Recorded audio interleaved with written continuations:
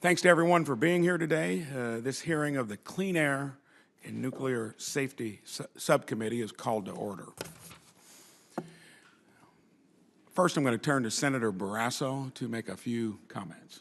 Well, thank you very much, Mr. Chairman. Before we begin, I just want to take a moment to congratulate Senator Braun on holding his first hearing as the chairman of the Clean Air and Nuclear Safety Subcommittee.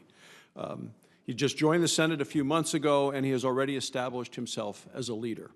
Senator Braun, I know you share my commitment to pursue innovative, practical solutions to improve the air that we breathe while allowing for our economy to grow.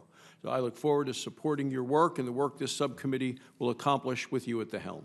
Today's hearing addresses a critical subject: states and Washington working together to protect our environment. When I go back to my home state of Wyoming, I hear about the improved relationship that regulators and businesses have with the Environmental Protection Agency since President Trump has taken office. So, Chairman Braun, thank you for holding this important meeting. Thank you. You're welcome. I'll begin by recognizing myself for a brief opening statement before turning the floor over to Ranking Member Whitehouse for 5 minutes. Then we'll hear from our panel of experts. Come to this subcommittee not just as a conservationist and an advocate for protecting our natural resources, but as someone who knows how important clean air is from firsthand experience of being a farmer and an outdoorsman.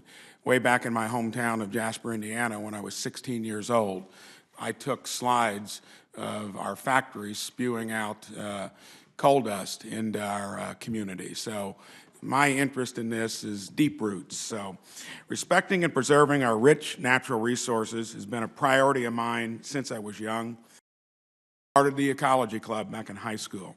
Excited to be able to work with my colleagues on this subcommittee and with the Trump administration to protect our environment in an economically responsible way.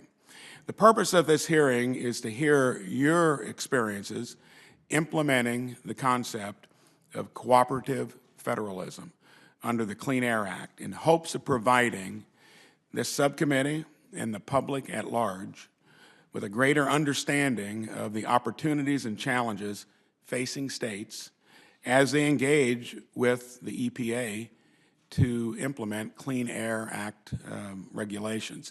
On a subject not with air, but 2-3 weeks ago when it came to waters of the U.S., I had 3 different farmers ask me about how they navigate through the web of regulations in the simple process of managing their ditches. And they were confused by the intertwining of what they think is there and how it's even being implemented at the state level. Despite what some stories might suggest, we have seen tremendous air quality improvements in the U.S. since Congress passed the Clean Air Act of '70. At the same time, our economy has grown. U.S. GDP has grown 324% since 1970, while emissions of major air pollutants have dropped precipitously. Over that same time frame, emissions of 6 common pollutants, lead, ozone, particles, carbon monoxide, nitrogen dioxide, and sulfur dioxide have fallen 73%. For much of the history of the CAA, this was achieved through rulemaking where input from industry, the states, and the federal government was carefully considered to reach attainable targets. Despite these successes, the previous administration eroded this doctrine, creating inefficiencies and waste at both the federal and state levels. The Obama EPA mandated CAA regulations with minimal collaboration with the states. The regulations also ignored and exaggerated the feasibility of commercially available control technologies. This led to a lack of regulatory coordination between states and the EPA and some jurisdictional lawsuits resulting. Most notably, 26 states went to the Supreme Court and asked for relief from the Clean Power Plan, citing EPA's lack of authority to issue that rule. In an unprecedented move, the court granted the state's request and stayed the rule. The Trump administration and the new EPA administrator, Andrew Wheeler, have recognized the need to reconsider controversial rules that have went way beyond their original intended authority. This administration is committed to listening to the concerns of the states. Our expert witnesses today are state air officials who can bring an on-the-ground perspective as to how the decrease in federal litigation tying up state resources has affected their important work. North Dakota, in an example that we'll hear about today, has saved $500,000 in litigation annually and can instead redirect that money towards environmental protection. My regulatory philosophy is that government works best at the local level. I believe that in my entire life. I think there's regulation needed.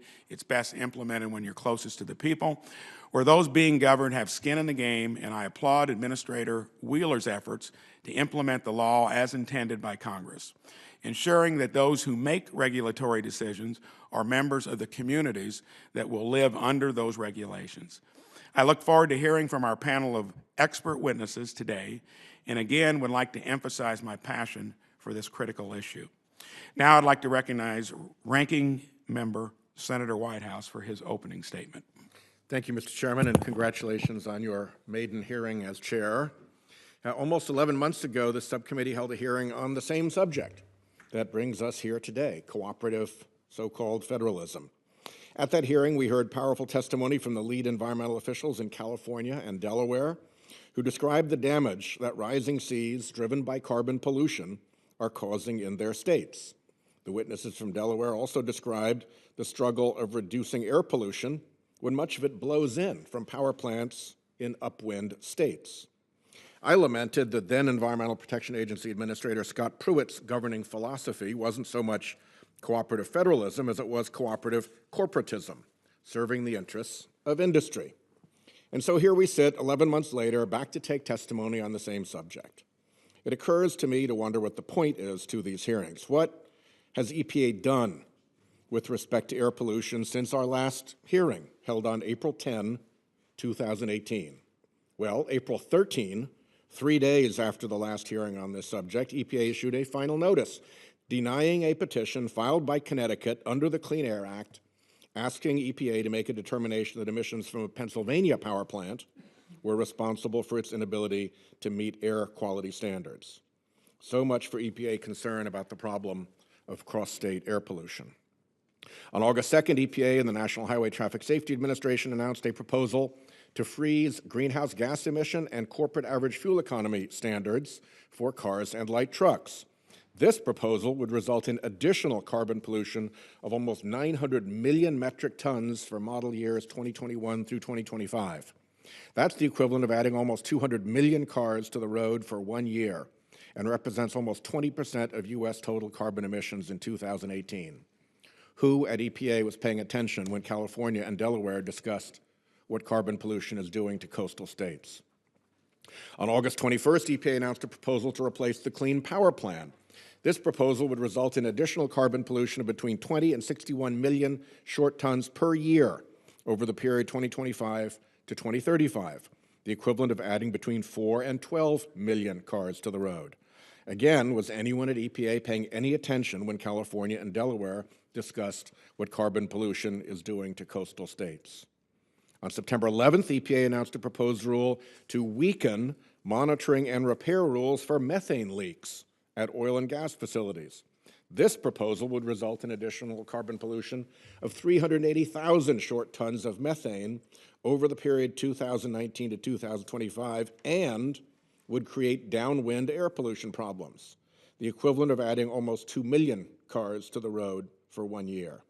Again, was anyone at EPA paying the slightest attention to those states in our last hearing on this subject? On October 5th, EPA denied 4 petitions by Delaware and 1 by Maryland, asking it to make a final determination that out-of-state power plants were responsible for their inability to meet air quality standards. On December 6th, after all the work members of this committee have done to encourage carbon capture technologies, EPA proposed eliminating carbon capture and storage technology as the best system of emission reduction for new and modified coal-fired power plants. On December 27th, EPA proposed eliminating the legal justification for rules limiting the emissions of mercury and other hazardous air pollutants that Rhode Islanders must live with. On February 21st, 2019, the Trump administration announced that it would end negotiations with California over the auto rule. In short, EPA completely ignored our last hearing on this subject. What else since April 10th? Well, there's the ever-growing mountain of evidence of EPA's cooperative corporatism. Former EPA Administrator Scott Pruitt's litany of scandals, many of them related to improper relationships with the fossil fuel industry he was supposed to be regulating, became so long that he was finally forced to resign.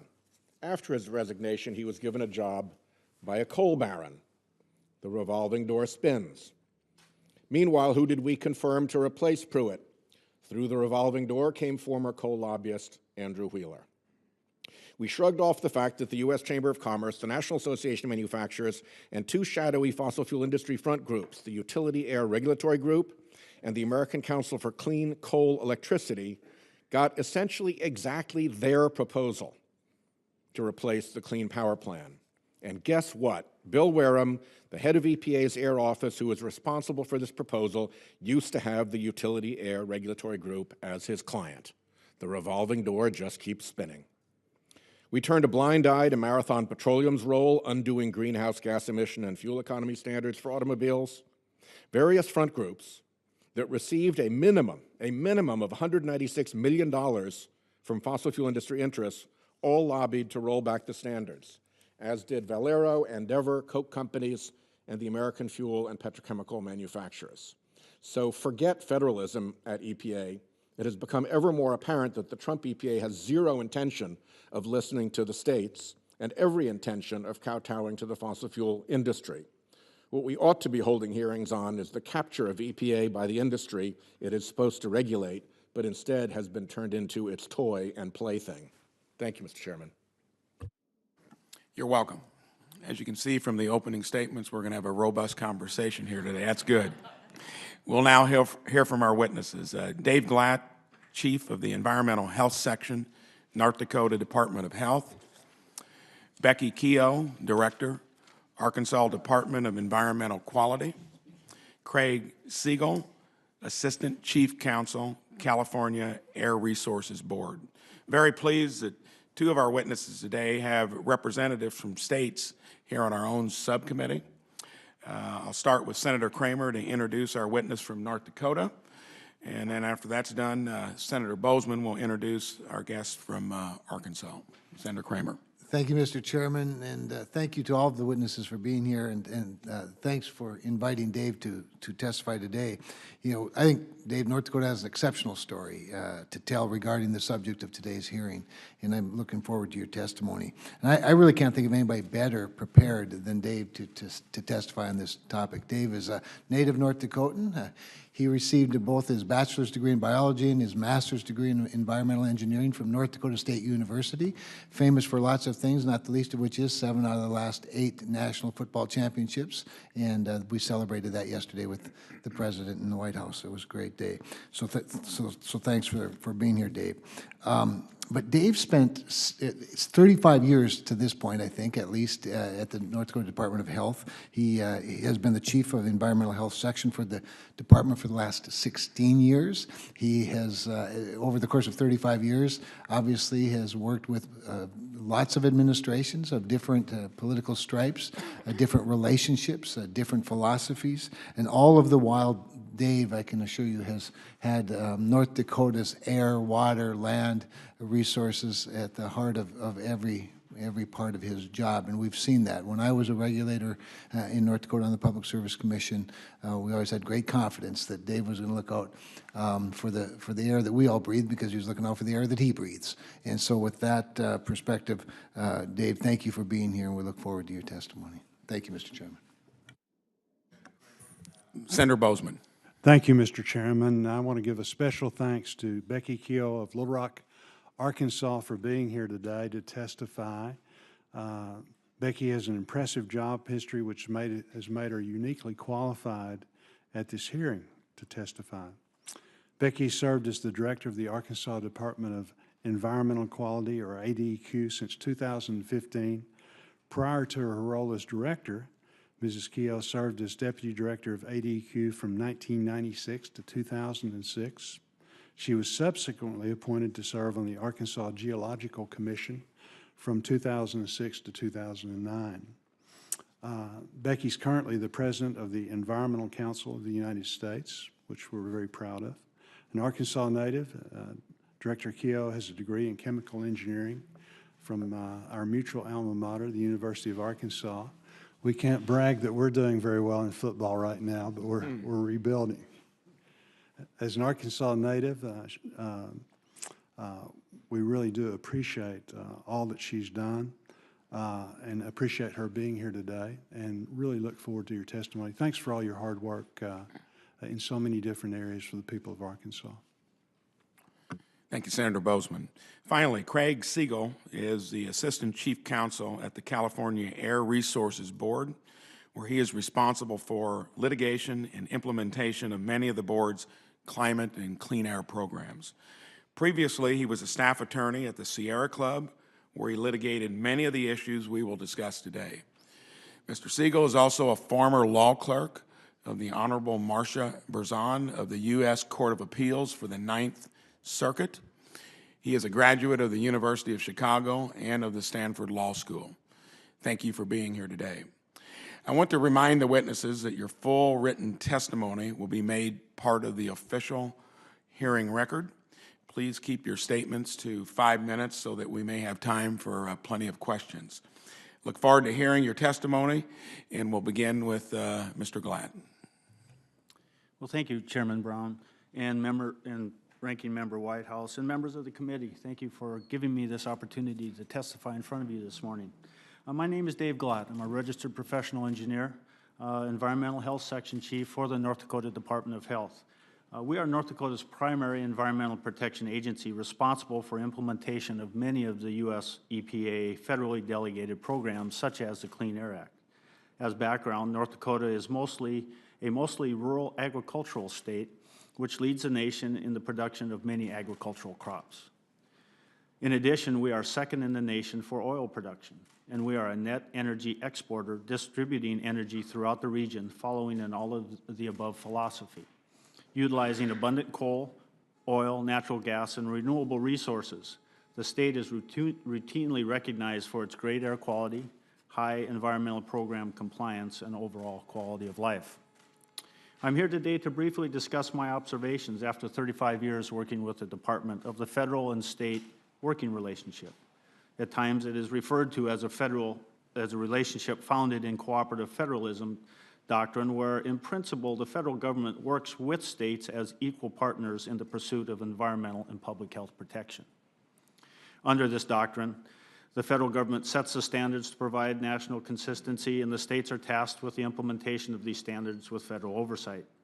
Due to the diverse nature of the nation, where climate, geology, topography, population, cultural, and political elements vary widely, it is critically important that states take a lead role in the implementation of environmental programs. In fact, this doctrine has matured over the years to where states are directly responsible for over 90% of program implementation and enforcement activities. Where states are the primary implementers of programs, innovative and cost-effective approaches to environmental protection are the rule and not the exception. We live in the communities we regulate, where transparency, responsiveness, accessibility, and accountability are not just buzzwords, but expectations of the public we serve. Working at the state agency in various capacities, I have observed the following. Where cooperative federalism is embraced by both EPA and the states with respect to air quality, the result is relevant, lasting, and cost-effective environmental protection solutions. In our state, under this doctrine, Superfund sites have been cost-effectively closed in a timely manner. Use of compliance assistance technologies such as optical gas imaging cameras were introduced for use in oil fields, and EPA acknowledged and adopted a state-developed minor source air permitting program for oil wells that enhanced EPA's regulatory presence on tribal lands. Where cooperative federalism flourishes, relevant and meaningful environmental and public health protection follows. Since the establishment of EPA, states have consistently and methodically increased their technical expertise and competency to the point where they are at par or exceed the federal government in many areas of environmental protection. The states excel in areas where they follow good science and the law, and their technical expertise is applied to state-specific environmental conditions or industrial operations. States' direct involvement with environmental challenges has also identified certain areas where their expertise may be limited, and in these areas, federal input is appreciated and needed, such as in the establishment of national ambient air drinking water standards. Federal regulatory overreach that does not follow a cooperative federalism doctrine or ignores state-specific concerns has resulted in legal challenges and considerable expenditures of state dollars. Where EPA has not taken the time to listen to state-specific challenges and has instead created numerous, sometimes onerous, regulations while treating states as a singular entity has resulted in less cooperation and more litigation. During the past administration, North Dakota expended over $700,000 challenging federal environmental regulations such as the Clean Power Plan that did not account for the specific nature of the environment or industry or the direct and indirect impact on the citizens of the state. The state viewed these regulations as an arbitrary federal regulatory overreach with little or no environmental benefit. Our expenditures spent on litigation in the current administration is a little over $100,000, which has been primarily expended to address the actions from previous administration. In the current working relationship with our federal partners, there has been more listening and cooperation than prescriptive directives. We generally feel that excessive funds spent on litigation would be better spent on environmental compliance and improvement actions. It is important to note that the environmental quality remains at high levels and compliance rates have not decreased in the state with a more open, flexible, and cooperative approach with this administration. States are constant in any administration change. Each new administration typically starts out declaring a new day and a new way of environmental protection. It has been my experience when the federal partner has outlined a new approach to environmental regulation, they believe it will be improvement from previous actions. However, these declarations seem to discount the actions by the states and the unique necessary role they play in meaningful environmental protection. It has been my experience that the federal regulatory pendulum can swing widely from administration to administration, while the state regulatory pendulum moves less radically. Although states do not agree on every issue, the foundation of all state-level action has historically been accessible, accountable, environmental, and public health protection.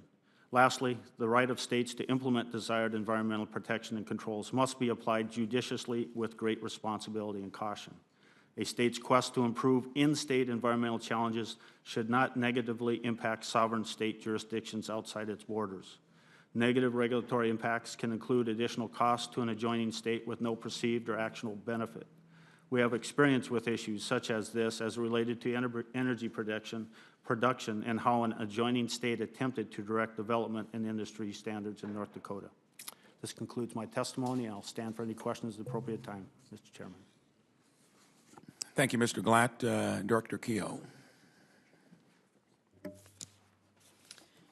Chairman Braun and Ranking Member Whitehouse and Subcommittee members, I am Becky Keogh. I'm the Director of the Arkansas Department of Environmental Quality, and it is my great honor to appear before this committee. I bring greetings from Governor Asa Hutchinson and the rest of our great natural state, and a warm hello to you from home, Senator Bozeman. Only 3 years ago, I was here seeking this body's assistance in improving the relationship between the federal government and the states. While cooperative federalism called for states to be partners with the EPA, functionally states were more pawn than partner. Not only were states excluded from environmental policy solutions, we weren't even part of the equation. I'm here once again representing Arkansas, and much has changed. In addition to my Arkansas duties, I now serve as the president of the Environmental Council of States. And since my first testimony, states have gone from asking for a seat at the table to a discussion of what happens when we arrive. We states are now advocating for a standard operating procedure of shared decision-making, shared protection, shared problem-solving, and shared programmatic development between states and EPA. Well, when federalism is at its purest, it's also at its rawest. State regulatory agencies and EPA are required to simultaneously regulate from the position of sovereign and subordinate. And that is compounded by the dynamic and unpredictable subject matter of which we are asked to regulate. Often, our most challenging days are ones that cannot be imagined just the day before. Protecting and preserving the environment requires that we environmental regulators stand at the ready to respond to edicts, such as acts of Congress and natural disasters. Our challenges are at the same time unique to our locality, but yet universal to our larger national community, and each answer is both a part and a whole. Each of our voices is essential to effective management of our nation's air, land, water, and wildlife. Well, to understand and navigate the future relationship with EPA, we must have an understanding of the past. And Mr. Chairman, I understand that you have experience in a successful logistics company, and I'm sure in working extensively with vehicles, you've noticed the size of the windshield in relationship to the rearview mirror. There is a reason the windshield is larger than the rearview mirror. Certainly the future is bigger than the past, but the rearview mirror serves an undeniable purpose. In order to understand where we're going, we must first understand where we've been. Missteps of the past have a way of catching up to us after we've long since passed them by, and just like a rearview mirror, these objects may be closer than they appear. However, by looking through the windshield, we can see a path to innovation and exploration, and the path forward should be paved with greater responsibility and flexibility at the state level. The argument for decentralization is not an argument for eliminating the federal role in environmental protection. Rather, it's an argument for redefining the federal-state balance. States today bear little resemblance to states in the 1960s, and our role in environmental protection has fundamentally changed. We've been transformed by growth of professional staffs, vigorous two-party systems, use of referenda and initiatives to make policy, procedural requirements that assure greater public participation in decisions. Many aspects of environmental protection have also been assimilated into state and local politics. 70% of important environmental legislation enacted by the states now has little or nothing to do with national policy, and only 25%, approximately $2.8 billion, of the total amount states now spend annually on environment and natural resources actually come from Washington. State and local governments are responsible for nearly all the enforcement of national environmental laws and continue to dominate decisions in the areas of land use and waste disposal. The benefits of a state-centered environmental protection future are apparent if you peer through the windshields of the states. In fact, at the Arkansas Department of Environmental Quality, we do most things that were once exclusively the role of the federal government. We operate 13 federally delegated environmental programs. We have 300-plus engineers, ecologists, geologists, biologists, lawyers, accountants, and epidemiologists. We operate a state-of-the-art lab that informs our work. Air quality in Arkansas is among the best in the country. The entire state is in full attainment of all national ambient air quality standards, and we're on track for achieving regional haze visibility goals. Arkansas takes the lead in implementing protective and timely permitting processes, bringing certainty to our businesses as they make substantial investments. Our single permitting system reduces duplication and ensures swift issuances. Advancements in technology and transparency through e-permitting, advanced monitoring, and transformation efforts resulted in ADQs becoming one of the nation's leaders in reduced backlog, lowest permitting cost, and achievement of air quality standards. Under Governor Hutchinson's transformation of government, the Arkansas Energy Office has also been aligned with the Arkansas Department of Environmental Quality. And in administering energy advancement and efficiency programs, Arkansas is seeking record investment in solar energy investments and energy performance solutions, realizing reductions in greenhouse gas emissions well beyond those that were mandated under previous regulatory agendas. And the success of Arkansas is not isolated. All states have unique regional experience and successes that allow us to better deal with new and unforeseen environmental challenges. Just this month, we asked and received assistance from the state of Texas and Louisiana and from our state's National Guard, Departments of Health, Ag, and Forestry to help us extinguish an expansive underground fire that is threatening the air and water quality in one of our most vulnerable Arkansas communities. These unique environmental challenges that we are battling in Arkansas remind us that even the most robust environmental program can at the same time be expert and novice depending on the specific challenge. That is where the EPA could be a tremendous difference maker for overall environmental landscape. But frustrating to both of us, the EPA has been limited by current law in what they're able to respond to our call. So looking through that expansive windshield in the not-so-far distance of the road, we must find a better path. The role of the states have evolved, and there's not been a substantial modification to the federal role. Why not use the wealth of EPA resources, both technical and financial, to help states fill gaps? Considering EPA the flexibility to offer support that is not duplicative, but instead niche in nature. Consider their primary charge as a supporting role No matter how robust and progressive in their programs, states benefit from a central source of support. In conclusion, I'm happy to report that change is in the horizon. Last week, I was informed that newly confirmed Administrator Wheeler will be meeting with Arkansas tomorrow to discuss our road ahead. We will have one eye on the rearview mirror to remember where we've been, but our momentum and energy will be focused through the windshield at what lies ahead. And I commend to him, as I do to you today, as I conclude, the wisdom of Winston Churchill. The pessimist sees the difficulty in every opportunity. The optimist sees the opportunity in every difficulty. Thank you very much. Thank you. Mr. Siegel. Thank you, Chairman, Ranking Member, members of the subcommittee. I'm glad to be with you today. I'm Craig Holt-Siegel, Assistant Chief Counsel of the California Air Resources Board. We are one of the oldest and largest environmental bodies in the country and in the world. We're also working on some of the hardest problems, given California's tens of millions of people live in deep valleys and desperately need protection from difficult air quality and pressing climate change. I'm going to make 3 points to you today that are elaborated in my written testimony. The first of those points, as we heard from the chair and from my co-panelists, is that the Clean Air Act is built on a cooperative federalism framework. In its very first provision, it recognizes 2 critical points that we've talked a bit about already today. First, that the states need to be the primary regulators, but second, that they need a strong and consistent federal partner that supports their work to protect their people. Now, a hallmark of that program is the Clean Air Act's vehicle programs. California has been regulating vehicle emissions since before there was a US EPA in this version of the Clean Air Act. And the Act recognized that treating California and the many states that have joined it functionally as a laboratory for innovation.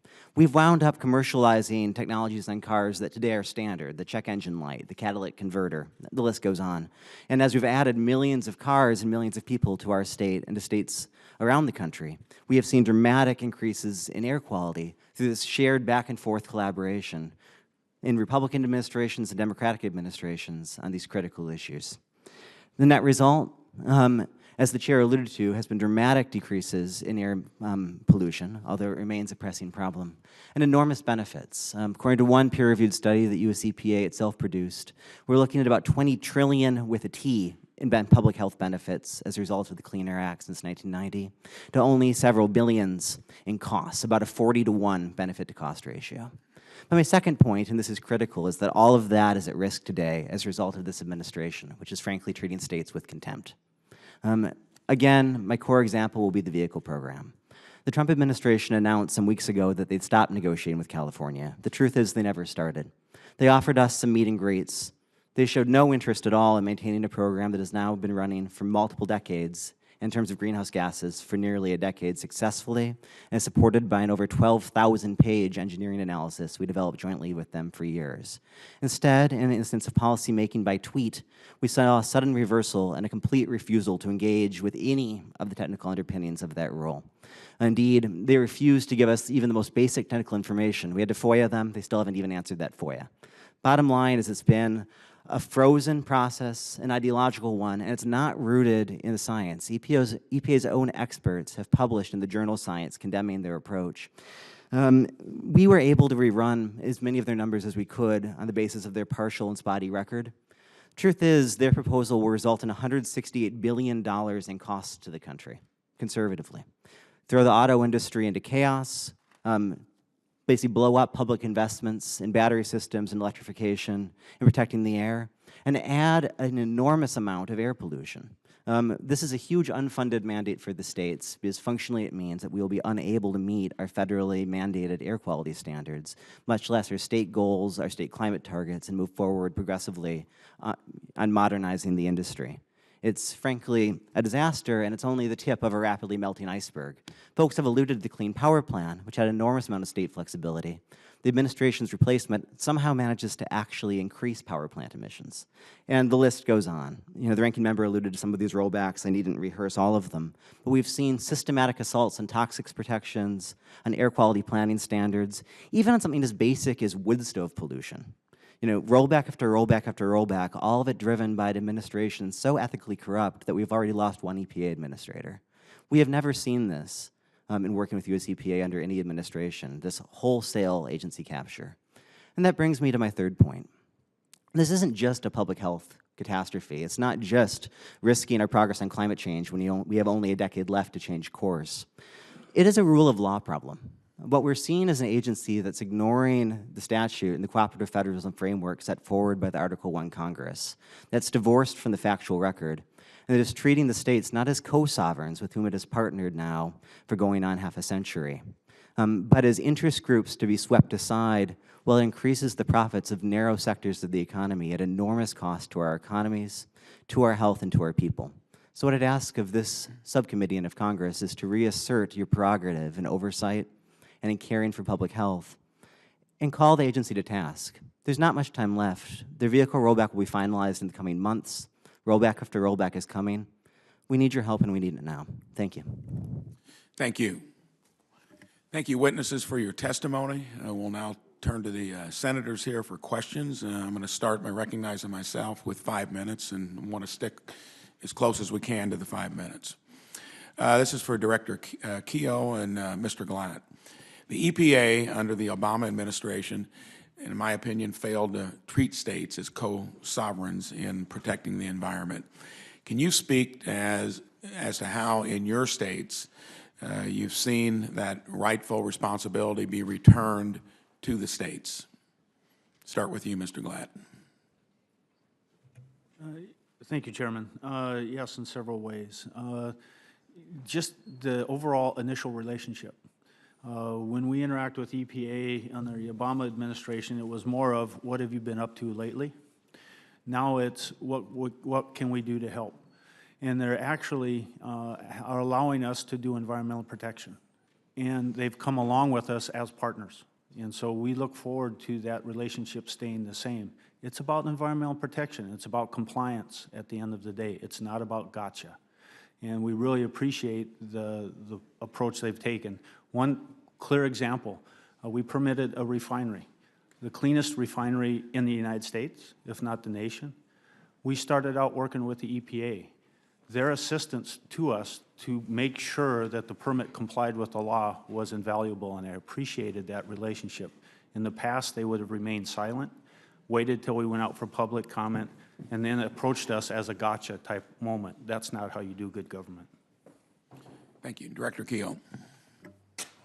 Well, we too have seen the cooperation of this administration, particularly in various programs, not only just our air program, but our water. We had many things that were, I would call, on hold or stuck for decades, if not longer, in terms of permits, policies in our water programs, as well as our air. Arkansas is benefiting, however, directly from the approval of a state regional plan or approach for regional haze visibility improvements now, without the added $1 billion or more in unneeded and unnecessary controls that were mandated under a federal plan from the previous administration. So we are finding that Regional Administrator Ann Itzel, as well as the administrative staff in D.C., outreach, and Administrator Wheeler particularly has been effective in bringing us to the table ahead of issues, not after the issues are created. Thank you. Thank you. This would be for the same two witnesses. As state regulators, you handle a lot of permits. Can you give me a couple particular instances where a permitting process has ended up being simpler and with an effective, good outcome for the environment? Mr. Glatt. One really quick one is, Mr. Chairman, we developed a minor source permitting program for the oil field, making sure that we knew where the oil wells were being developed, who was developing them, and the type of emissions coming off of them. Initially, EPA was critical of that. Once they took a look at that, they adopted that program and implemented it on the reservation, improving environmental quality on the reservation. So when we're allowed to do permitting at the state level, it gets done quicker in a matter of days versus where we were talking weeks or not at all at the EPA.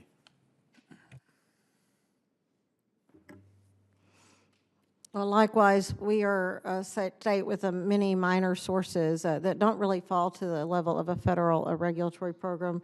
And Arkansas developed a unique minor source permitting program that we believe is protective, but allows the flexibility for new growth in our state. This has been a very effective, and we recently received approval of a state implementation plan for that after it languished for about 7 years under previous administration's review. So we look forward to that interaction. We also have effective permitting programs on a number of key issues and concerning permits. We've been able to take permits that were stuck on water quality and bring them to final resolution, providing actually more protection through a permit than leaving it unaddressed through ongoing debates between the state and the federal government. Thank you. And briefly here, again, for the same two witnesses, when the EPA was developing the Clean Power Plan, did they consult with your states to determine feasibility, or did they ignore your input? Mr. Glatt. Mr. Chairman, they did consult with us, but it was superficial. I did meet with the administrator in North Dakota. It was 0 degrees that day. I expressed to the administrator it's not always this warm in North Dakota. In that major changes in the power grid would result in true public health implications. And so they consulted. Final rule that came out was nowhere didn't look at all like the proposed rule, so they did not listen to us at all. Thank you. And briefly, Director Keough. Yes, we were consulted only toward the final proposal, but Arkansas has a base of nuclear power, but also very diverse energy supply, and it was important to Arkansas to have a plan that works for us going forward, and we're seeing great benefits of that flexibility using markets and technology to drive lower cost solutions, but improved and reduced greenhouse gas emissions. Thank you. Ranking Member Whitehouse. Thank you, Chairman. I guess the point I'd like to open with is that one state's onerous regulation is a neighboring state's clean air. And as a downwind state, we have to take it pretty seriously when EPA won't enforce federal law, won't protect our downwind states. My state Department of Environmental Management can't regulate a spewing power plant in Pennsylvania or West Virginia or Ohio. There is nothing we can do about that. And if EPA walks away from its responsibility, those states may think they've been relieved of an onerous regulation, but I live in a world in which I drive to work in Rhode Island, and on a bright, clear summer day, I have heard the radio warn that the air is unsafe to breathe in my state, that elderly people, that people with breathing difficulties, that infants should stay indoors on a nice summer day because nobody will tell the polluting power plants in other states to knock it off and clean up their act. So until Rhode Island is protected, and I think it ain't for nothing that so many of us who are here today are from downwind states. This isn't funny. This is making a big difference in our lives. Ms. Keough talked about the windshield and the rear view. I'd add one other automotive feature. I'd add headlights. We got to have the headlights flicked on so we can see ahead to what is coming at us. And the headlights are science. That's what lets us know what's coming at us. So when we have an EPA that throws legitimate scientists off their advisory boards so they can bring industry flunkies on, so that they can ignore scientific reports that warn very clearly about what's going to happen. There's no longer any debate about this, and the coasts are going to take a real beating. We're looking at several feet of sea level rise in my small state. We don't have much to give away, folks. Several feet of sea level rise is not funny. And the fact that EPA won't take an interest in this issue is very frustrating. And so I appreciate how they're not being onerous with you guys, but I got a different fight. I got a fight to protect my own state here. And what I see is very selective cooperative federalism. It's cooperative federalism when the interest of the state happens to align with the fossil fuel industry. Then they're all cooperatives, all get out. But when, like California and Rhode Island as a CAFE standard state also, when the states have worked together in cooperative federalism and put together a rule that has stood the test of time for, what, decades now?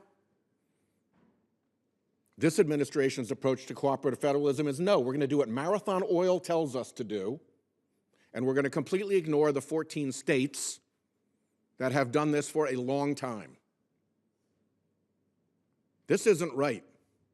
This isn't right, and it's going to come home to roost because you can't stop science, you can't stop facts, you can't stop the operation of the earth by the biological, chemical, and geological rules that we know. So this is going to come, and what it's going to show is that the true north for this administration wasn't federalism. It was whatever the fossil fuel industry told it to do. And that, in my experience, has been the true north. But there are states, unlike your guys, who are downwind states. And for us, it really, really matters when there's a power plant that won't clean up its pollution and we can't do anything about it and EPA walks away. There are coastal states. It's not just me. Moody's has now said that it's going to rate municipal debt based on climate and sea level risk for coastal communities. Freddie Mac has said that there could well be a coastal property values crash as bad as the 2008 mortgage meltdown. I lived through that. I don't want to live through that again. Freddie Mac isn't the Sierra Club. Freddie Mac is all about homes and mortgages, and they're warning about it. First Street has just gone all the way up the coast, and in peer-reviewed research showed that coastal property values in areas subject to flooding are already starting to peel off. So if there is going to be a coastal property values crash, that's what the opening of it looks like. And that is what is happening. And I already mentioned the CAFE standards. Some cooperative federalism, when they won't work with 14 states on a program that's already been working very effectively to help bring down pollution from automobiles. So I appreciate this hearing, but I don't take EPA at all seriously. I think cooperative federalism is a mask, it's a sham, it's a way to deliver for the fossil fuel industry, and depending on what state you are, they will roll right over you in the name of cooperative federalism. Thank you. Senator Kramer. Thank you, Mr. Chairman. Again, thanks to all of the witnesses. Dave, I'm going to follow up a little bit on how Chairman Braun sort of wrapped up at the end of his time, because I'd like to hear you put a little more meat on those bones as it relates to the Clean Power Plan and the collaboration or cooperation, of the federal government. And you might recall I was still on the Public Service Commission when the Clean Power Plan was first rolled out. And when we first saw the Clean Power Plan, I mean, I think we as a state, we knew what the government wanted to address, what they were trying to address. And as I recall, our state, along with our stakeholders, we were looking for pragmatic solutions to the same problem that the Clean Power Plan was trying to solve. And by the way, before I forget, does anybody remember the Supreme Court of the United States staying the Clean Power Plan? I mean, we have people up here who passionately talk about the good old days of the Clean Power Plan that was deemed not to be appropriate by the Supreme Court of the United States, and we're still under that stay. So let's not forget that there are other facts that we can't ignore in the law. With that, Dave, if you could just help, you referenced the final rule and how it differed from the proposed rule. Maybe just tell a little more of that story, because I think it's important. Yes, Chairman and Senator, there was a lot to that. And I first will state that when the proposal came out, I sat down with every one of the CEOs from the electric generation utilities. Some of them were co-ops, some of them privately owned. Not one of those CEOs said, hell no. What they said, we can do this, but we need time and we need cooperation. And so they sat down and looked at the proposal and they said, this is something that I think we can work through. And so they were actively looking at how do we reduce CO2? How do we start changing the electric generation economy or market, if you will? we sat down with EPA and we said, you know, this is something that I think we can work with. What came out of that was primarily a doubling of the reductions required, to the point where the CEO said this would not, we can't work with this. Basically, this would put us out of business and we would not be an entity anymore. So they went from cooperation, saying, yes, we can do this, trying to work with EPA, explain to them where this was going and how they could make this work, going to a point where EPA came out and just pushed it to the limit to where they said, we can't be part of this anymore. Let me follow up on that. Had the comment period between the proposed rulemaking and the final rule, had we, as a state and other stakeholders throughout the country, had they known that this, what I call, forgive me, a bait and switch, had they not known that was going on, would they have commented differently or perhaps more aggressively had they thought that the EPA was a real partner in all of this? Yes, Senator. Actually, they were kicking themselves because they did not actively comment on the initial proposal because that was something they thought they could work with. What came out later was so radically different, they really thought they missed an opportunity without coming out more aggressively initially. They thought they had a cooperative process moving forward, which, well, I use the same term, it was bait and switch. The comment I had received from a EPA individual, I said, you know, what's going on here? And they said, well, there's winners and losers and you lost. That's not how we operate. And that's not how anybody should operate. We're all in this together, and we are sensitive to the needs of the coasts, and we need to be on the same page, but we have to work together and not find winners and losers. Ms. Keogh, if you could comment as well. I know that I'm not as familiar with specific situations, but perhaps you could elaborate. Right, and as Dave Glatt said, our biggest challenge with the Clean Power Plan was the winners and losers aspect. We were a state in our state that is fundamentally focused on clean energy. As the recent speech of our chairman of our Joint Energy Committee said, the best kilowatt, or the cleanest kilowatt and the cheapest kilowatt is the one not used. And so we focus a lot on efficiency in Arkansas, and we found ways that our Arkansas State University is now saving $20 million a year through an energy performance innovative grant program that we established, where they can put tuition dollars back into education rather than pay for a higher use of energy to run their campuses. So these are the things that we're looking for in Arkansas to find solutions. They're durable, they're reasonable, they keep rates affordable, they keep the grid reliable, and that's what we're looking for, and that's what we hope for through a power strategy for Arkansas and for the nation. Thank you. Thank you. Thank you, Mr. Chairman. Senator Carper. Thank you, Mr. Chairman. By way of background, I served in the state legislature, was Speaker of the House of the Maryland General Assembly, was appointed by President Reagan to serve on the Federalism Task Force and Commission. I believe in federalism. I think it's extremely important. I think the Clean Air Act represents the best example of federalism. In 1963, it was passed recognizing the states with the primary responsibility to regulate and show what works so other states could copy that, exactly what California did with its CAFE, with its standards for autos, copied by 12 other states, because it worked. You showed what could be done. Certain areas where the states cannot act. Pollution knows no bound. Delaware, Maryland are downwind states. The Clean Power Plant rule by the Obama administration was a recognition that the federal government is the only entity that can control what goes on across borders. So I'm somewhat puzzled by the support for the Trump administration when it has restricted the state's ability to act where it believes it's in its best interest to act, but has withdrawn the federal support in those areas that really are interstate areas. So, Mr. Siegel, let me give you a chance as to how the restrictions that have been imposed by the Trump administration is affecting the state of California in its ability to do what the Supreme Court has said, by the way, under the Clean Air Act, that that carbon's a dangerous pollutant and is required to be regulated under the Clean Air Act. How has the Trump policies affected your ability to protect the carbon emissions in your state? Senator, it's profoundly concerning. And what I should say is this is a justice question. We've talked a bit already about CEOs, but fundamentally this is about vulnerable people. Living in Sacramento, you sometimes can't see to the end of the street because of the forest fire smoke this past summer.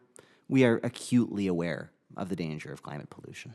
And what we are seeing is a proposal essentially to flatline both the federal greenhouse gas standards and to attack California's ability and the ability of any state that wants to adopt our standards to adopt our greenhouse gas emission standards and this is especially strange, our zero-emission vehicle standards, which are criteria or smog standards. So it's unclear how or why they're being attacked. We've been here before. This was litigated twice. 2 federal district courts upheld our authority. So it's really beyond the pale. The bottom line is if this moves forward, we're going to see tons of excess pollution, we're going to see a slowdown in vehicle innovation, and we're going to see increased both climate risk and just general air quality risk as we see additional pollution and smog pollution in all of our cities. It's exceptionally concerning. To Mr. Glatt and to Ms. Keough, do you support the Trump administration's restrictions on the 13 states that have different emission standards? Do you support taking away from the states the ability to act in regards to their vehicle emission issues?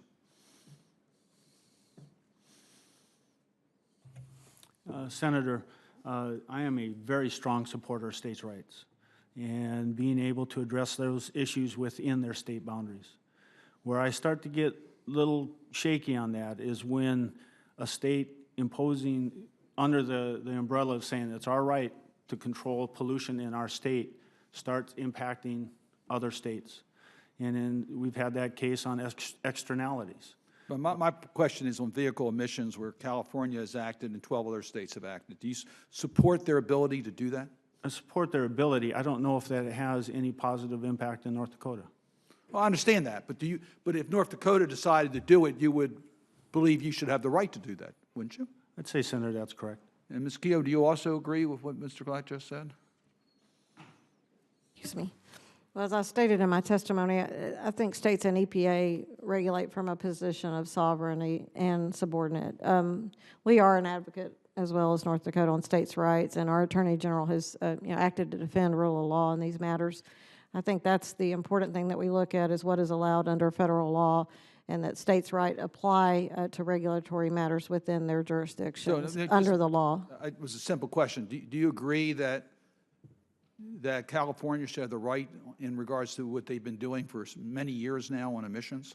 As provided under law, yes, I do. So maybe, Mr. Chairman, we have reached some consensus. That is that what the Trump administration is recommending and taking away from California and 12 other states, including Maryland, is something that our state partners believe is wrong. Thank you. Senator Bozeman. Thank you, Mr. Chairman. Again, thank all of y'all for being here and at the hearing. One thing I'd like to state is that I know that we have a really difficult situation in Arkansas with the Trafalgar Road fire in Bella Vista, and I know that the ADQ's worked really hard on that. Also having support of EPA, so we really do appreciate the efforts in that regard. You all, as well as EPA, have certainly kept us informed. I know that you two are working back and forth together. As you mentioned, when the administrator found out that you were going to be in town, I wanted to meet with you and our regional administrator also. So again, I think that's really what this is all about in the sense of, we talk about cooperation and things like that. I think that's a good example of that. So we do appreciate that effort and appreciate your all's effort in again, dealing with a very difficult situation. My experience, and I've been with Senator Cardin in the House and now over here and have great respect for him. And I guess my experience has been that in the past with not just the past administration, but the administrations in general. The EPA is all for cooperation until you want to do something different than what they want. And that's just been the standard. I think that's part of government. It's something that's why people elect us, to try and keep a handle on that. Can you comment on that, Ms. Keogh, and in regard to how can we do a better job of working hand in hand? As Senator Cardin pointed out, the frustration of states wanting to do this and that. And can you comment on how we can do a better job of working hand in hand with stakeholders to develop rules and regulations? Thank you, Senator Bozeman, and I'm happy to do so.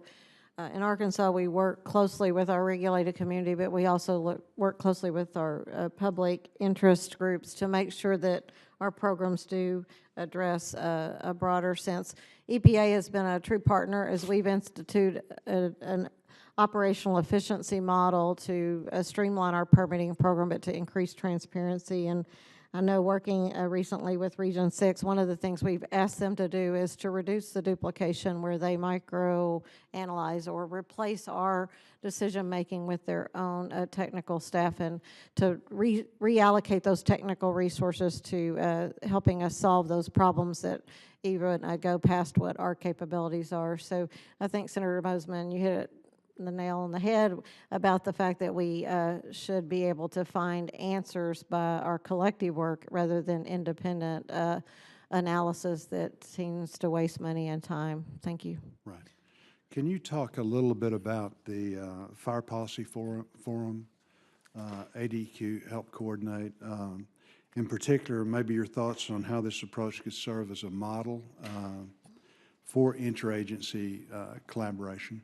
Well, and I mentioned natural disasters earlier, but also, and we've talked about a specific uncontrolled fire in Arkansas, but this is a subject matter that I know in California is near and dear to their heart, but we have a number of situations where we believe fire is a tool that's necessary for our foresters to use to manage our forest, to avoid those uncontrolled fires that result in a much larger environmental impact. And working both with our agriculture industry and our U.S. Forest Service, the State Forestry Department, we were able to bring together stakeholders to help get a common understanding of how that practice can be beneficial, but yet at the same time be implemented in a way that protects air quality. And it garnered speakers from EPA's Office of Research and Development Director came in, as well as U.S. Forest Service, and I think it was a true success. Even our own Farm Bureau, our ag group, is now have a tool to inform farmers on how to better utilize better decision making. So it shows where when we bring the experts together, they find not only a good solution, but a better solution than we as an agency might have devised. I agree. Thank you, Mr. Chairman. Thank you. Senator Carper. Thanks so much. Welcome. It's great to see all of you, and thanks so much for joining us today. One of the questions that we're being asked here in the United States Senate, Democrats and Republicans, is do we believe climate change is real? Do we believe that human beings are contributing to that? And do we think that Congress has some responsibility in addressing that?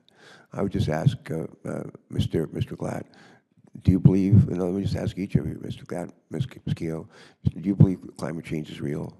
Just a yes or no. Senator, I appreciate the question. No, just a yes or no. Yes and no. Thank you so much. Ms. Keogh? Well, your mic's not on, ma'am. All right. We deal with an ever-changing climate through our regulatory policies, and we do act in Arkansas. I just was looking for a yes or no. Thank you, ma'am. Mr. Siegel? Yes, of course. All right. Mr. Glatt, do you think we as human beings have something to do with that? Pardon the question? Do you think we as human beings have something to do with climate change? Senator? Just a yes or no? Yes, and we're doing something about it, yeah. Thank you. Ms. Keogh? We are taking actions to reduce any man-made emissions so that we can, or reduce our man-made emissions so that we can drive better Is that results. a yes? We believe that Okay, there's Mr. all Siegel, lots of... thank you. Mr. Siegel? Yes, and I'd add that it's beyond a 5 sigma level of proof that was just reported the other day. It's unquestionable. Yeah. Mr. Glad, do you think Congress has some responsibility in addressing this challenge? Senator, Mr. Yes or no? the Congress has a role, but the difficulty is. Thank you very we're a much. big Ms. country. Keough, thank you. I don't mean to be rude, but I don't have a lot of time. Ms. Keough, does Congress have a responsibility in addressing this? Do we have a shared responsibility in addressing this? Just a yes I or believe no. this is a science decision, not so much a political decision, but I do believe there's a role to play in making sure that we all are treated, we Thank you, have ma'am. fair regulation. Mr. Siegel. This is your most fundamental responsibility. It's an existential threat to the country. Yeah, I live in a state called Delaware, we're east of here, and when I was governor of Delaware, we were out of attainment for a number of clean air requirements, and it's not because of what we're doing in our state. 90% of our pollution in Delaware comes from outside of our state. I could have shut down the state of Delaware, all the cars, vehicles off the road. Shut down every business. We'd have still been out of attainment. Meanwhile, up in Pennsylvania, there are utilities, coal-fired utilities, that are operating, and they have scrubbers. They have equipment on scrubbers on their utility on their power plants, and they don't use them. They don't use them. We have this situation up in Pennsylvania with, I think, three. We have a situation in West Virginia. I think there's another one over there. They don't use them. And we have states have the opportunity to a petition called Section 126 to do something about that, and to say to the EPA, we can't make Pennsylvania turn on their pollution control. We can't make West Virginia turn on their pollution control devices. EPA, why don't you help us? Kind of like golden rule, treat other people the way you want to be treated.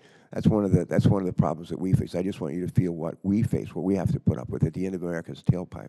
I'm going to ask the greatest source of carbon emissions in our country comes from mobile sources. Andrew Wheeler said that he was all for a 50-state deal. And when it came time to actually negotiate a 50-state deal with California and 13 other states, he was nowhere to be seen. Mr. Siegel, any comments that you have on this? Yes, that's true. It's appalling. This is a program we worked on for decades under Democratic and Republican administrations.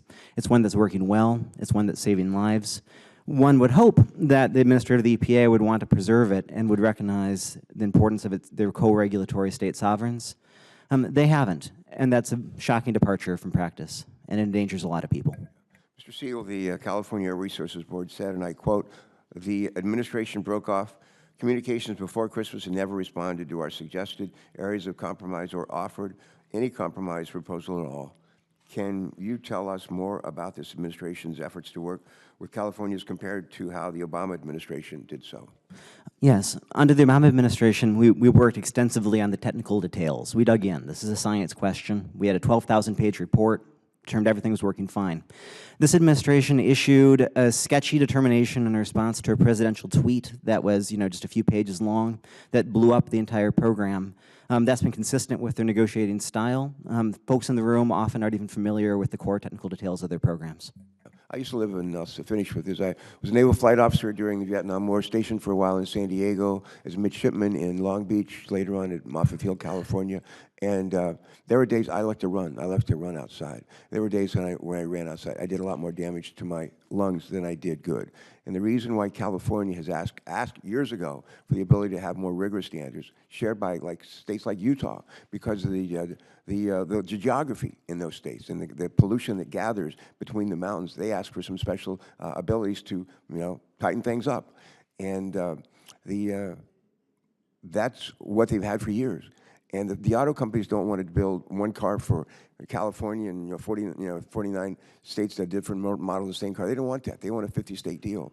And why we don't work with them and with California to make that happen is beyond me. This is something that was good for the planet, good for our air, good for our industry. It just makes no sense. Thank you.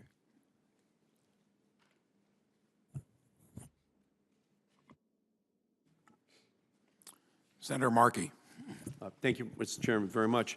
Mr. Siegel, thank you for being here, and we thank California for its leadership on this. We're one of the, Massachusetts is a state that follows California, Rhode Island follows California, Delaware follows California. We're all in, on your efforts here. Administrator Wheeler proposed new fuel economy emissions rule that would wrench away California's longstanding ability to set its own standards, and it will allow our states to follow, because an attack on California is an attack on on all of us, okay? And we feel it as an attack. Has California's Clean Air Act waiver for vehicle emission standards ever been revoked? No, that has never happened.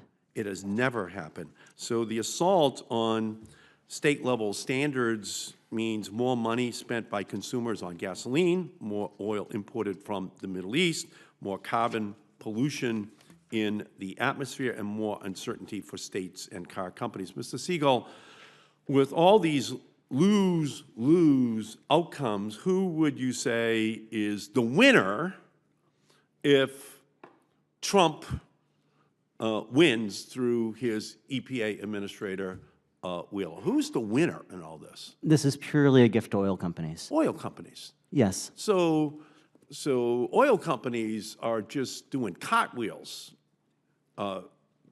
with the happiness that they have about how much lower the fuel economy standards will be. Oh, yeah. We see enormous increases in people being made to buy their product. What's really going on here is a subsidy program to oil at the expense of state sovereignty and public health. Yeah, so when I was in the House, I was the author of the Fuel Economy Standard Law in 2007, along with senators over here, and partnered with Nancy Pelosi. We got that done, and that's what was used with the California waiver and to promulgate the 2012 standards. And I'm very proud of that, and it's still the largest single reduction of greenhouse gases of any law ever passed in any country in the world. And so, like many other things, Trump is just going to side with the Koch brothers, side with the oil industry in general. It's all part of a pathological pattern where he's a climate denier, gives his State of the Union address for an hour and 20 minutes, doesn't mention climate change, names a fossil fuel lobbyist to be the head of the EPA. So, Mr. Siegel, will a challenge to California's ability to set its own strong standards under the Clean Air Act mean more uncertainty for consumers and auto manufacturers? Senator, what this will drive is massive litigation and a massive need by the states to take every other action at their disposal to make up those tons. This isn't going to lift anybody's regulatory burden.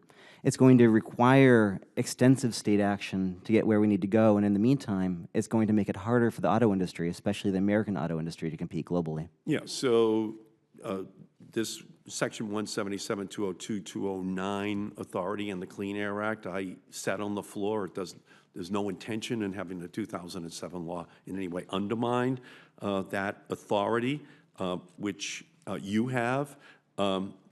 And it's also been reaffirmed twice by courts that you have this authority. California has this authority. So we're setting up just a massive, prolonged litigation with the whole world looking at us as we try to preach temperance from a bar stool. We're telling other countries, please reduce your greenhouse gases, and Trump is he's the denier in chief.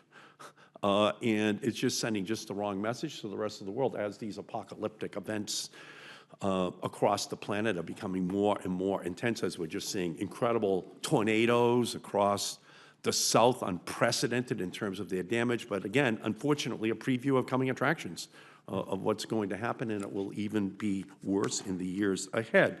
So, so in your testimony, you mentioned disagreements between EPA and National Highway Transportation Safety staff working on the proposed new rule.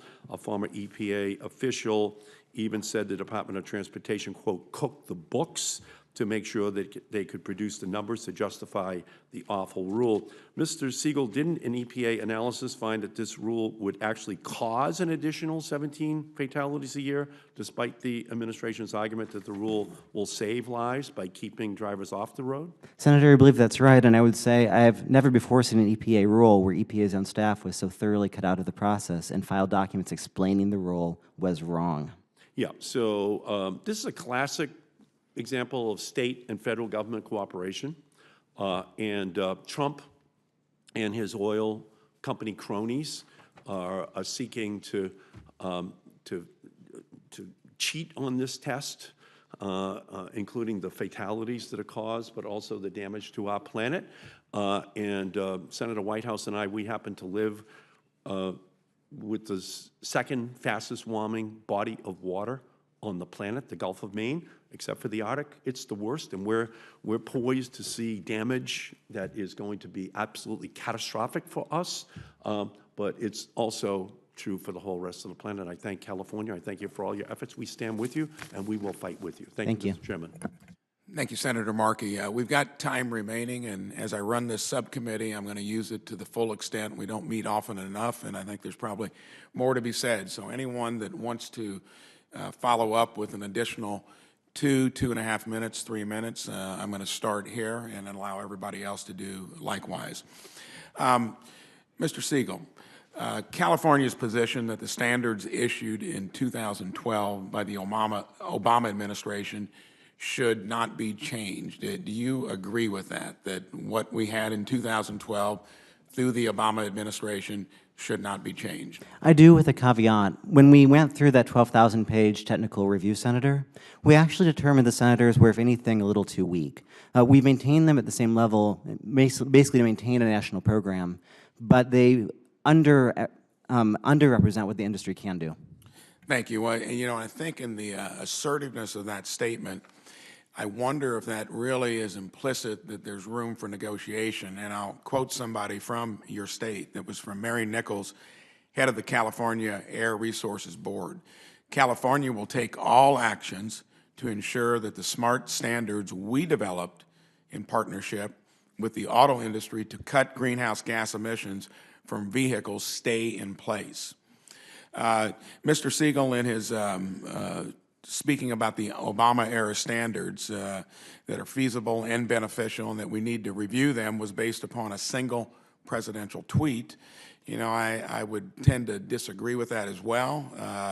The Alliance of the Automobile Manufacturers sent a letter to the EPA, and the letter said, if left unchanged, those standards could cause up to 1.1 million Americans to lose jobs due to lost vehicle sales, and low-income houses would be hit the hardest.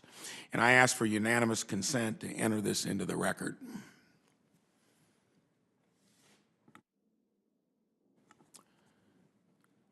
Ranking Member Whitehouse, do you have an additional comment? Mr. Siegel, you used the word capture in your testimony. Could you elaborate on what you mean? I assume you're describing the concept of regulatory capture or agency capture. I am, and that concept essentially speaks to the point where regulator becomes so interwoven with the entities it's regulating that it stops looking critically at the evidence. And actually, the letter that the chairman just entered into the record is a good example of this. The auto industry asked for some relief, it's true. They've been pressing for that for years. They were rejected on the record just months before in a real analysis.